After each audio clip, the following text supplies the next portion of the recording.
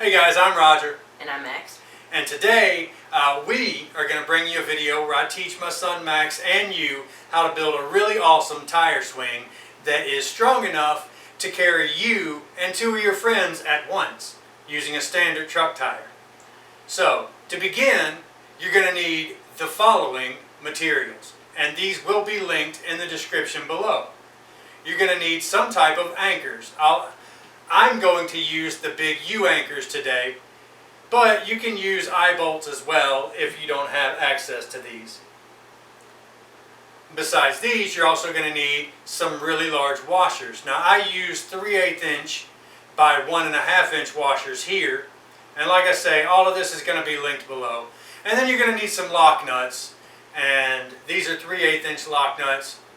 And of course, you're going to need a tire. Now, let's get to it. Okay, so we've got our tire. We just brought it in from outside. That's why it's nice and wet, because it's been rainy here. I have already drilled holes in the bottom using a 3/8 inch bit and just a regular cordless drill. You drill holes in the bottom. That's going to keep water from locking up inside it, and it'll keep the inside dry during the rain.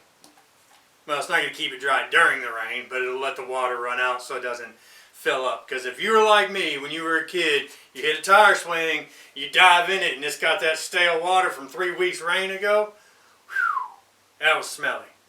So we fixed that just by putting holes in the bottom to drain it off. Now we're going to start by figuring out where we want to put our anchors. Now the anchors are really cool, and for this particular one we're actually going to go with these. You can use the eye bolts. And the tire that I took down that we're replacing actually used these. And they're the same thing. It was 1/2 inch nuts for a single eye bolt. For a double, 3/8 is fine. Okay, so to figure out where we want to put these, I know that I want to use 3 different sets. And if we're going to use 3 sets, what do we need? We need basically a triangle. Now, using the camera as a point of reference here, if I was to take and do just like so, hold this up. We'll use this as our anchor point, and we'll step this out going both ways from there. Alright?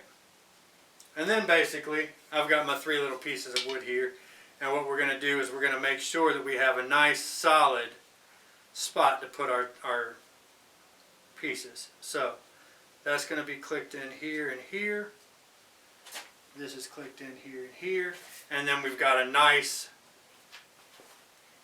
you can verify this using a tape measure going from the center straight to the end. I've got 21 1/4. As long as it's pretty close, you're good to go. We've got 21 1/4 here also. And then if we come over here, we go from here to here, we're at 21 1/4. So we're good all the way around. Next thing we're going to do is we're going to go ahead and mark for our drilling. Now because these boards are going to be easy to move, we're going to go ahead and mark just like so. And I want to go to the outside ring here. So I'm going to mark here, I'm going to mark here, and I'm going to come over here. I'm going to bring it up also, just like so. I'm going to mark here, mark here. And then we're going to mark here and here. I'm actually going to just drill close to this outside bead here, and that gives us where we don't have a whole lot of flex. Be careful when you drill in. If you start too quick, it'll yank away from you. And you see the sparks a little bit? That's because this is a radial and it's cut steel belting. And that steel belting actually comes in really handy for adding strength to your tire swing. Alright, so we're going to take these nuts and we're going to go all the way back just to this line right here. And we're going to stop on both sides. What we're effectively going to build here is a nice clamping system so that none of this has a chance to ever move or come loose. Alright, and then just like that, we're going to put these on and we're going to be good to go. Alright.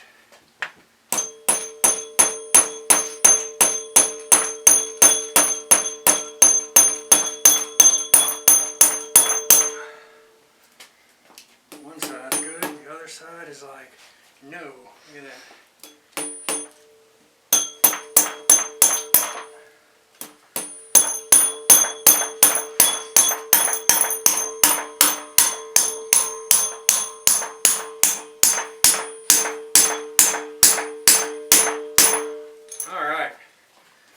Now we're through enough where I can get a hold of it from the other side.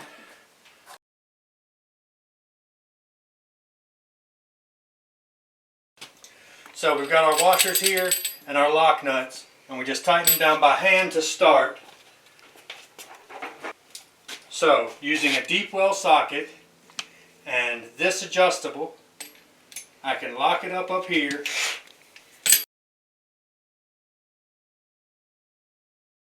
Okay, now we're going to go ahead and flip this tire. Come on. We're going to pick the tire up, we're going to flip it, we're going to set it right back down. Ready? Yep. Go.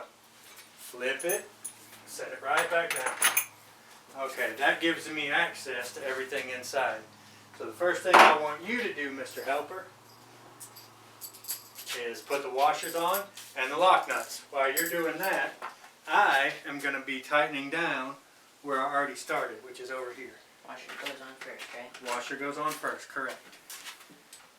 Now, you want to crank these down as tight as you possibly can, because what you're basically doing is creating a clamp with the rubber tire in the middle. So the tire's in the middle, then you've got the long arm bar up top, the washer on the bottom, and a nut on each side. The nuts squish the sandwich down nice and tight, preventing any movement from inside the rubber. Maxie? Yep. This is all you, buddy. Just come and put it on, and you just go a ton, just like so. Okay.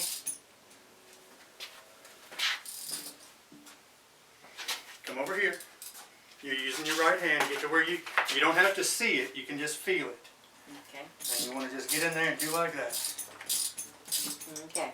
And you want to do it until it's super, super tight, like this. You don't want to have any wiggle room.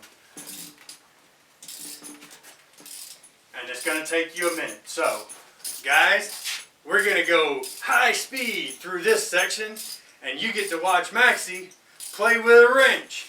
Bam!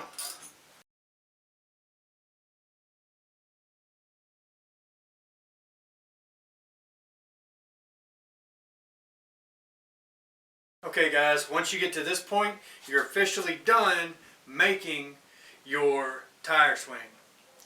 Now these have all been cranked down nice and tight all the way around. There's no looseness here. And the only thing left now is to hang it. And you can do that using a variety of different ways. For me personally, I like using actual chain.